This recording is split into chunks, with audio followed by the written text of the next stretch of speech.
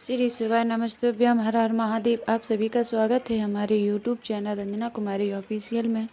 तो दोस्तों, आज मैं बताने जा रही हूँ वह कोई साधारण बात नहीं, यह वह रहस्य है जो बहुत कम लोगों तक पहुँचता है, और जो लोग इसे चुपचाप कर लेते हैं उनकी ज़िंदगी में ऐसा बदलाव आता है कि लोग पूछते हैं आखिर किया क्या था कि किस्मत ही पलट गई। तो दोस्तों, आपने यह सुना है कि शनि अमावस्या के दिन किया गया एक छोटा सा काम पूरे जीवन का लेखा जोखा बदल देता है। जी हाँ, बिल्कुल सही सुना आपने, क्योंकि शनि अमावस्या केवल एक तिथि नहीं है, यह कर्मों के हिसाब का दिन है। यह वह दिन है जब न्याय के देवता शनि स्वयं धरती के कर्मों को देखते हैं और उसी अनुसार फल लिखते हैं। और अगर इसी दिन आप गौ माता को श्रद्धा से चना और गुड़ खिला देते हैं तो समझ लीजिए आपकी दरिद्रता का फाइल वहीं बंद हो जाती है। तो दोस्तों, बहुत लोग कहते हैं कि हमने बहुत उपाय किए, बहुत पूजा की, बहुत व्रत रखे, लेकिन पैसा नहीं आया, घर में शांति नहीं आई। तो मैं आपसे पूछती हूँ, क्या आपने कभी शनि अमावस्या के दिन चुपचाप बिना किसी को बताए, बिना फोटो खिंचवाए, बिना दिखावे कि गौ माता को चना और गुड़ खिलाया है? अगर नहीं किया तो आप अभी तक उस दरवाजे तक पहुँचे ही नहीं जहाँ से किस्मत बदलती है। यह उपाय दिखाने के लिए नहीं होता है, यह उपाय करने के लिए होता है। तो दोस्तों, यही वजह है कि इसे करता है वही इसका फल पाता है। तो दोस्तों, शनिदेव किसी की सिफारिश नहीं सुनते, वह सिर्फ कर्म देखते हैं। और गौ माता को अन्न खिलाना सबसे बड़ा कर्म माना गया है। तो क्योंकि गौ माता के शरीर में 33 करोड़ देवी देवताओं का वास माना गया है, तो आप चना और गुड़ गौ माता को खिलाते हैं तो केवल गाय को नहीं खिलाते, आप सीधे शनिदेव को न्याय का प्रमाण देते हैं कि आप त्याग करना जानते हैं, और जहाँ त्याग होता है वहीं से शनि की कृपा शुरू होती है। बहुत लोगों ने अनुभव किया है कि इस उपाय के बाद अचानक बंद पड़े काम चलने लगे, जो पैसा कहीं अटका था वह अपने आप आने लगा है। तो बिना किसी लड़ाई के, बिना किसी झगड़े के। दोस्तों, यह कोई कहानी नहीं है, यह एक कर्म का विज्ञान है। चना पृथ्वी का प्रतीक है और गुड़ मिठास का। जब आप दोनों को मिलाकर गौ माता को खिलाते हैं तो आपके जीवन की कठोरता पिघलने लगती है, और शनिदेव कठोर नहीं रहते, तो वह तब दयालु हो जाते हैं। लेकिन ध्यान रहे, यह उपाय सिर्फ सही विधि और सही भाव से ही काम करता है। अगर मन में लालच हुआ, अगर दिखावा हुआ, अगर किसी को नीचा दिखाने की भावना हुई, तो शनि उसी समय परीक्षा ले लेते हैं। इसीलिए कहा गया है, शनि अमावस्या के दिन किया गया उपाय मौन और विनम्रता से किया जाए।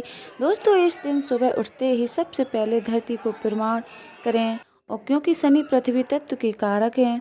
फिर स्नान करके काले या गहरे रंग के वस्त्र पहनें और मन में यह संकल्प लें कि आज किसी से कटु वचन नहीं बोलेंगे, किसी का दिल नहीं दुखाएंगे, और सबसे महत्वपूर्ण गौ माता को चना और गुड़ खिलाएंगे।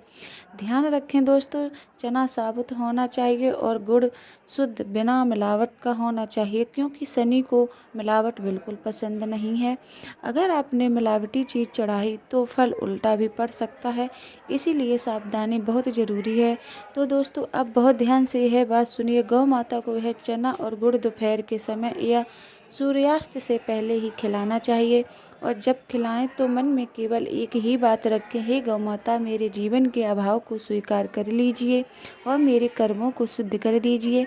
बस इतना भाव ही काफ़ी है, कोई मंत्र नहीं, कोई लंबा पाठ नहीं, क्योंकि शनि भाव देखते हैं कि शब्द नहीं। और जैसे ही गौ माता वह अन्न ग्रहण करती हैं, उसी क्षण से शनि की दृष्टि आपके ऊपर बदलने लगती है। यह धीरे धीरे नहीं बल्कि उसी दिन से शुरू हो जाती है। कई लोगों को उसी रात सपना आता है, कई लोगों की नींद अचानक गहरी हो जाती है। यह संकेत होता है कि शनि ने आपकी अर्जी स्वीकार कर ली है।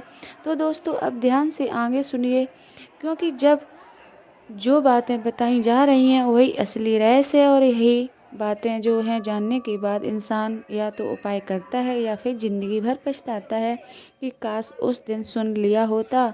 तो आपने यह सुना है कि शनि देव सबसे ज़्यादा किस बात से प्रसन्न होते हैं? तो बहुत लोग कहते हैं कि तेल से काले तिल, कपड़ों से, लोहे से, लेकिन सच यह है कि शनि देव सबसे ज़्यादा प्रसन्न होते हैं त्याग से, और त्याग का सबसे बड़ा स्वरूप है भूखे को भोजन, देना और वह भूखा स्वयं गौ माता हो तो उसका फल कल्पना से भी कहीं गुना ज़्यादा होता है।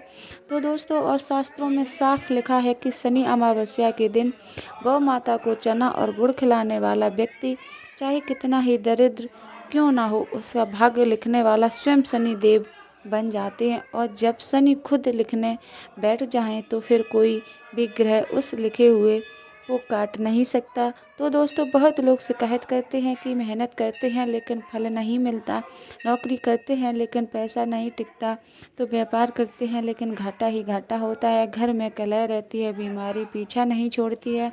तो समझ लीजिए कहीं ना कहीं शनि की वक्त दृष्टि लगी हुई है। और शनि की वक्त दृष्टि तब हटती है जब आप बिना स्वार्थ के सेवा करते हैं। और इसीलिए यह उपाय कहा गया है चुपचाप करने का, क्योंकि शनि दिखावे से नाराज होते हैं। तो दोस्तों याद रखिए, इस दिन किसी को बताकर गौ माता को चना और गुड़ खिलाया तो फल आधा हो जाएगा। और अगर कैमरा निकाल कर वीडियो बना लिया तो समझ में लीजिए शनि उसी समय परीक्षा शुरू कर देंगे। इसलिए यह उपाय एकांत में शांत मन से करना ही सबसे बड़ा नियम है। तो दोस्तों जब आप गौ माता को चना और गुड़ खिलाने जाएं तो रास्ते में अगर कोई आपसे कुछ मांग ले, या चाहे पैसा चाहे मदद, तो मना मत कीजिए, क्योंकि शनि रास्ते में भी परीक्षा लेते हैं। कई लोग वही फेल हो जाते हैं और कहते हैं हमने उपाय किया फिर भी कुछ नहीं हुआ, जबकि असल में वे बीच में भी ही टूट गए। तो दोस्तों इस उपाय का एक और गहरा रहस्य है जिसे बहुत कम लोग जानते हैं। चना शनि का प्रिय है और गुड़ सूर्य का। तो जब दोनों को मिलाकर गौ माता को खिलाया जाता है तो सूर्य और शनि दोनों के दोष शांत होते हैं। और इसी कारण से जिन लोगों की कुंडली में पितृ दोष होता है, कर्ज का योग होता है, बार बार धन हानि होती है, उनके लिए यह उपाय रामबाण बन जाता है। तो दोस्तों कई ऐसे मामले देखे गए हैं जहां व्यक्ति पर कोर्ट केस चल रहा था, वर्षों से पैसा अटका हुआ था, लेकिन शनि अमावस्या के दिन यह उपाय करने के बाद बिना किसी बड़ी लड़ाई के मामला सुलझ गया, क्योंकि शनि न्याय के देवता हैं। और जब गौ माता के माध्यम से न्याय मांगते हैं तो शनि अन्याय को साथ नहीं देते। माताओं तो ध्यान रखना, इस दिन गौ माता को दिया गया चना और गुड़ कभी भी फेंक नहीं जाता है, तो बल्कि अपने हाथ से श्रद्धा से खिलाना चाहिए। और अगर गौ माता स्वयं आगे आकर खा लें तो समझ लीजिए आपके भाग्य का दरवाज़ा खुल चुका है। और अगर किसी कारण से गाय ना मिले तो गौशाला जाकर देना चाहिए, लेकिन ध्यान रहे कभी भी कुत्ते या अन्य पशु को यह उपाय वाला चना गुड़ ना दें, यह केवल गौ माता के लिए ही है। तो दोस्तों बहुत लोग पूछते हैं कितनी मात्रा में देना है, तो सुन लीजिए ज़्यादा देने ज़रूरी नहीं है, लेकिन भाव शुद्ध होना चाहिए। मुट्ठी भर चना और थोड़ा सा गुड़ भी काफ़ी है, लेकिन उसे दाहिने हाथ से खिलाना है, क्योंकि दाहिना हाथ कर्म का प्रतीक माना गया है।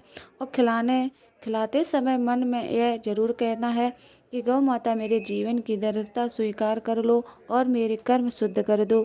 बस इतना कहना ही काफ़ी है। तो दोस्तों इस उपाय के बाद क्या संकेत मिलते हैं यह भी जानना जरूरी है। कई लोगों को उसी दिन किसी पुराने दोस्त का फ़ोन आ जाता है, कई लोगों को अचानक कोई रास्ता दिखता है, कई लोगों को कोई नौकरी या ऑफ़र मिल जाता है, और कई लोगों को ऐसा लगता है कि जैसे मन में भारी बोझ उतर गया है।